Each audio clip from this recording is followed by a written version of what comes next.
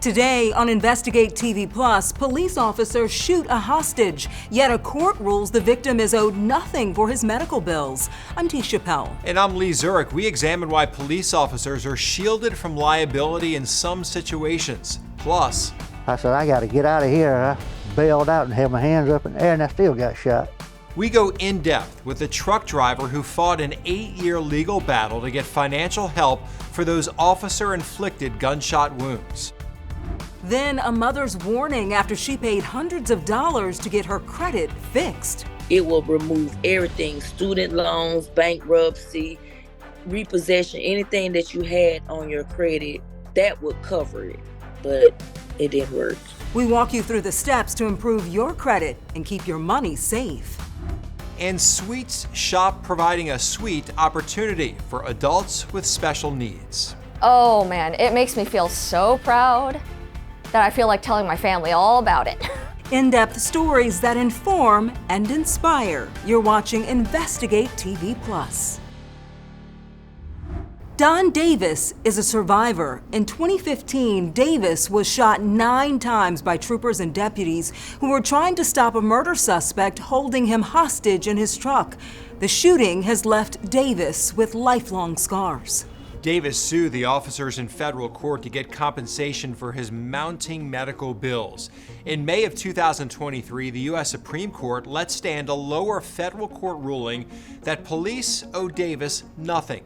Investigative reporter Brendan Keefe goes in depth with Davis, who battled the legal system for 8 years, and breaks down why the courts rule the officers are protected from litigation. Oglethorpe County 911, armed with a pistol, and a rifle. He's in my truck and he's coming out to do it now. He said I won't survive if I don't get to the hospital. He fired a shot, rolled my side mirror out. I thought that was my head, but you know, I got lucky. That was a warning shot. Mm-hmm. If you didn't keep driving, He was on shoot me in the head. Don Davis was behind the wheel with a killer holding him at gunpoint. The dude that he's in the truck with just called. So if he didn't do what he said, that he would kill him. So he has the truck driver hostage? Yes. Ryan Arnold had already shot his pregnant girlfriend and at pursuing officers. He was going to escape a police barricade in Davis's logging truck or die trying. How are you going to make them kill you? If you shoot at them and they shoot at you, obviously one of you got to die, so. you had 2 really bad choices. Get shot by the man who had taken you hostage. That's right. Or get shot by the police. That's right. The hostage and his kidnapper rolled through the police roadblock, hitting police cars in their way. He's in an 18-wheel log truck. He's running over patrol cars. He's coming out, headed to the pavement. He's running over everything in his sight. Troopers with the Georgia State Patrol and deputies with Oglethorpe County opened fire. More than 35 bullets riddled the cab. And Mr. Davis, all I remember is hearing him scream and jumping out of the vehicle. He jumped out of the truck. I said, I got to get out of here. I bailed out and held my hands up in the air and I still got shot. The hostage was shot in his shoulder, hip, and leg. Davis's hand was nearly blown off. You were shot how many times? 9 times. You took 9 rounds. That's right. And survived. That's right. On that day, part of the man that I married died. The suspect survived too and later pleaded guilty to murder and kidnapping. I was placed into the ambulance on the scene. Mr. Davis was life-flighted. Was the hostage shot by accident? Davis argued he was targeted by police because he was driving. The Georgia Bureau of Investigation agreed the driver was the target, even though some officers assumed the fleeing felon was behind the wheel. You determined, as part of your investigation, that each of the officers that fired was intending to shoot the driver of the truck.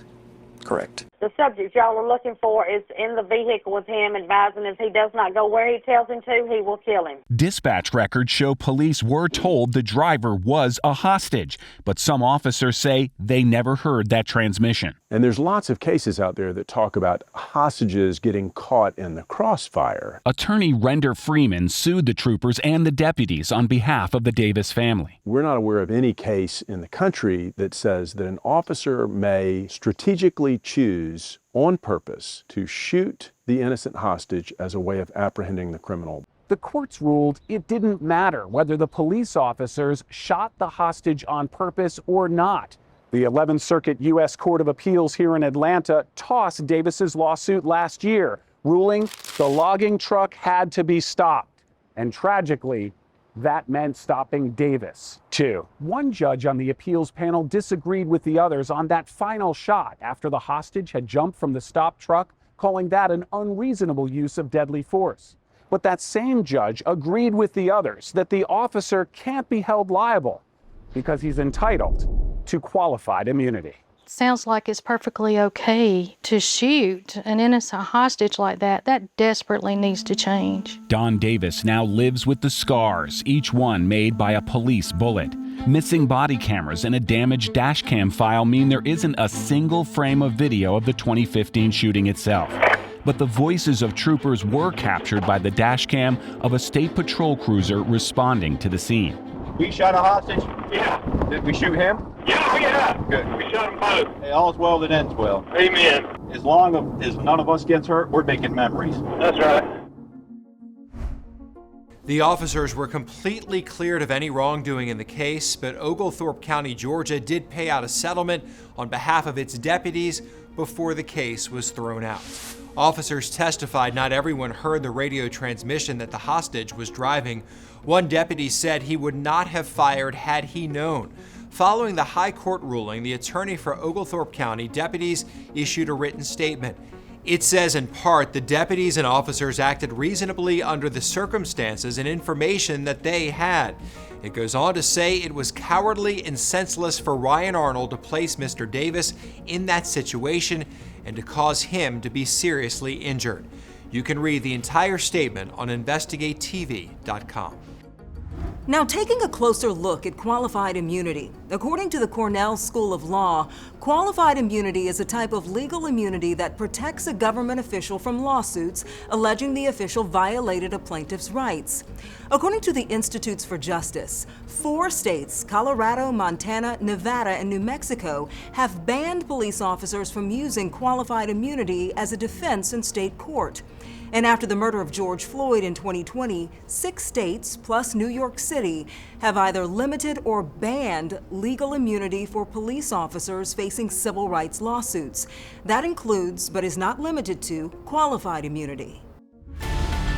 Still to come, coyotes are coming out of the wilderness and into our neighborhoods. We show you what's drawing them out of the shadows.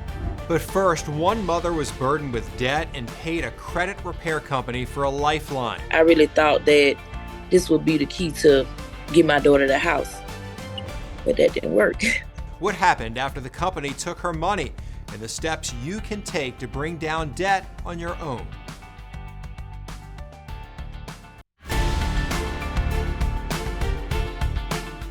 Americans owe more in credit card debt than ever before.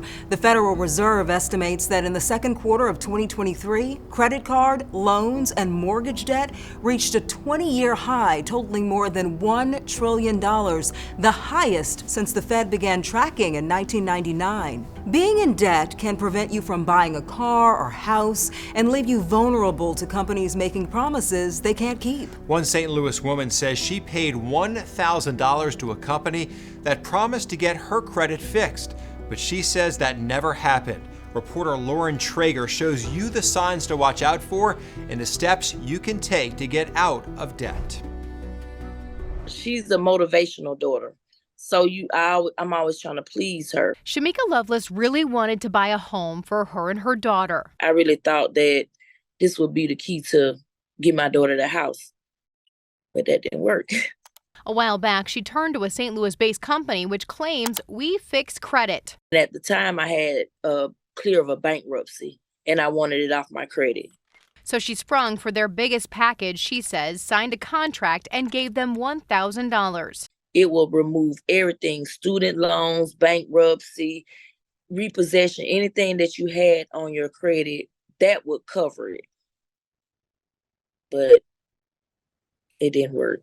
But she says after 6 months, her credit score didn't budge. Have you ever seen any of that $1,000 back? Never.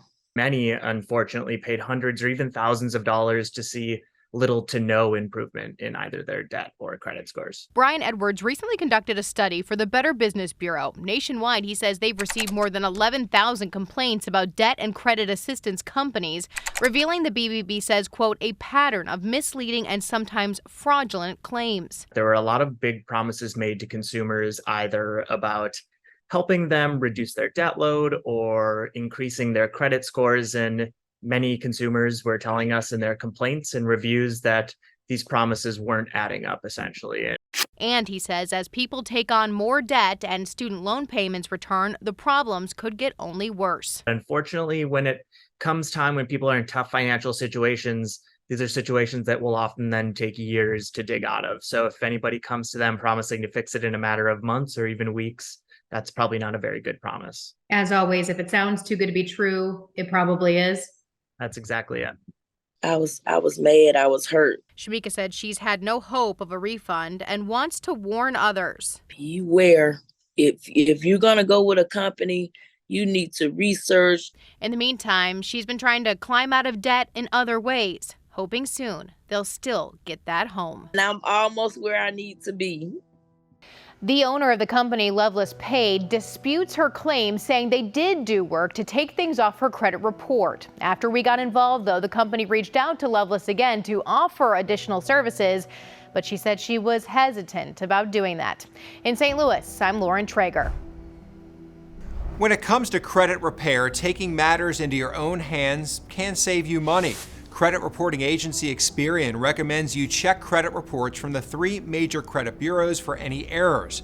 Bring past due accounts current because one late payment can lower your credit score. Set up auto pay. Payment history accounts for 35% of your FICO score, and avoid applying for new credit. Still to come, a cafe serving coffee, chocolate, and confidence. We'll introduce you to the young woman who inspired her parents to give adults with special needs an opportunity to thrive. But first, a predator on the prowl. They're hungry and they're aggressive. They've come at me without the dog. Coyote sightings are on the rise. We'll show you how to keep them away from your home and family.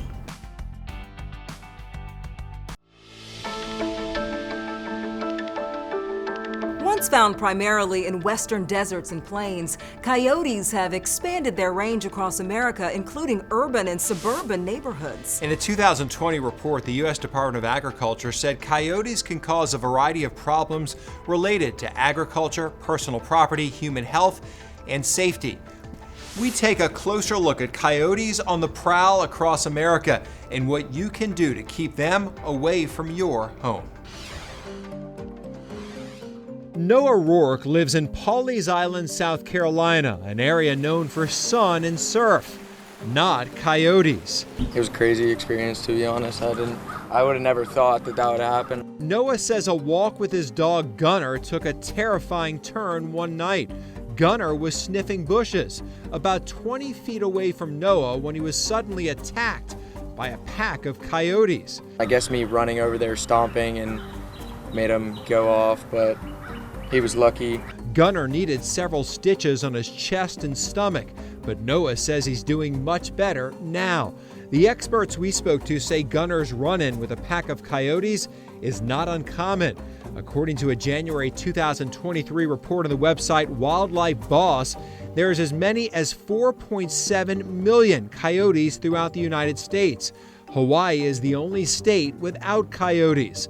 A November 2022 report by the U.S. Park Services says coyotes are relative newcomers to the eastern United States.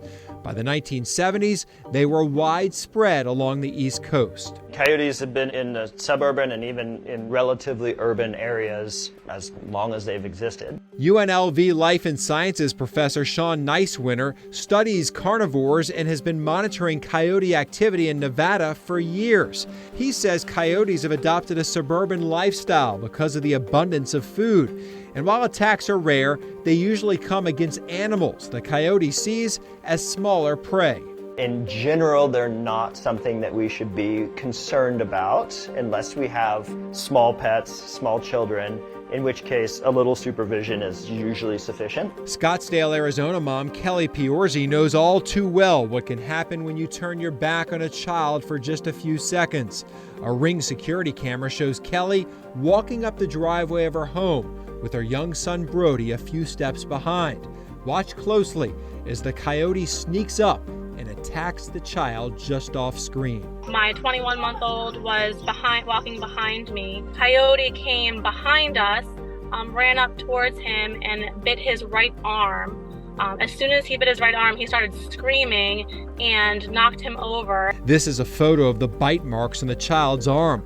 Fortunately, his mom says Brody is physically okay. They're hungry and they're aggressive.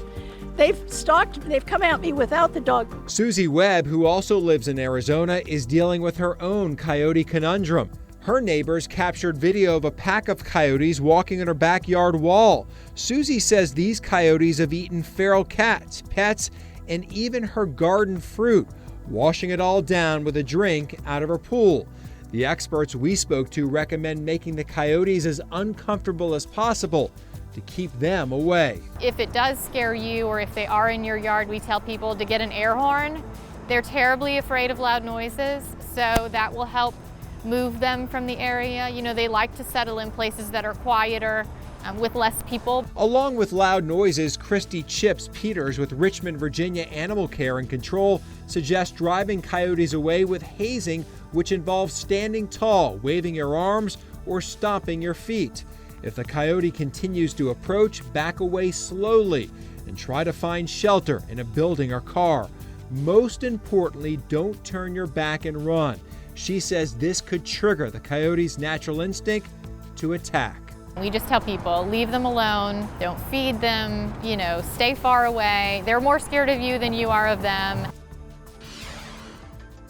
I'm so glad we watched that story so I know not to turn my back and run, because that would be my first instinct. No doubt about it. Like, can we get out of here? But you should do other things. You said you thought you saw one the other day, right? I think I did. Ooh. And it had the big ears, just like the one in the video. All right. Well, now you know what to do. Now I know. All right. The expert we spoke to says he doesn't think coyotes' numbers have changed significantly. Rather, more sightings are being reported on social media. Up next, a mother and father inspired by their daughter to make a difference. She loved to bake, and she loved to be engaged in the community. We take you to their sweets shop that's churning out more than chocolate.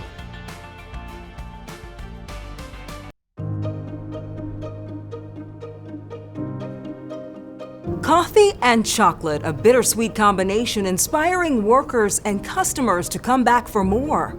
Cameron's Coffee and Chocolates in Fairfax, Virginia opened in 2013 to provide meaningful jobs for adults with special needs. Reporter Deborah Alfarone introduces us to the workers who have found their sweet spot. Some people say, thank goodness it's Friday. I'm the opposite of them. 28-year-old Hannah Bartling simply loves going to work. What's your favorite part about working at Cameron's? My favorite part is working with all of the job coaches and all of my friends and teaching everyone what working with blind people is like. Hello. Hi, how are you? Welcome to Cameron's Coffee and Chocolates. The sweet shop in Fairfax, Virginia employs people living with developmental and intellectual disabilities. But it does so much more. 6 ounces. This is Cameron. Does it ever feel like long hours and hard work? No, I love it so much. The idea for Cameron started percolating 10 years ago. Jim and Ellen Graham are Cameron's parents. She loved to bake, and she loved to be engaged in the community. You know, there are very limited opportunities for the special needs kids. We were driving home, and Ellen turned to me and said, you know, we've started businesses before, we ought to go do it ourselves. A decade of lessons later, 20-plus workers and job coaches bake and sell cookies, cupcakes, and other treats. Everyone does everything. And if you're going to work in a kitchen, you have to handle knives and you have to handle all sorts of things that are, challenges. And several times, parents have been concerned about, okay, can my child really do that? One of the great things Ellen's done here is that taken young people out of their comfort zone, made them much more self-sufficient. Just recently I learned how to work with the Enrober chocolate machine, which is this brand new, big, huge chocolate machine, which we worked on today. Oh man, it makes me feel so proud that I feel like telling my family all about it. A sprinkle of pride, a dash of dignity, a heaping spoonful of independence. It's all part of the mix. But there's only so many jobs like the ones at Cameron's. In 2022, the unemployment rate for people with a disability was about twice as high as the rate for people without, according to the Bureau of Labor Statistics. Early on, we decided that we'd get business cards for everybody. And now when somebody makes a particular product, they attach a business card to it that they have ownership of. The job, making chocolates. The mission, changing perceptions, and hopefully changing the world. Some say that people who are vision impaired can't do all things, but that's not true. I can do many things as I put my mind to it. For a lot of people, we're their first job. And what my hope is those high school students and college students who later take all different kinds of jobs, maybe at some point in their careers, they'll have the opportunity to hire someone with an intellectual disability, and they'll feel comfortable doing it because of working here. I feel like being the person whose name is on the sign must be pretty cool. I love it so much. In a world where people can't wait for the weekend, the workers at Cameron's are embracing every day. And that's it for us on Investigate TV Plus. I'm Tisha Powell. And I'm Lee Zurich. Thanks for watching. On the next Investigate TV Plus.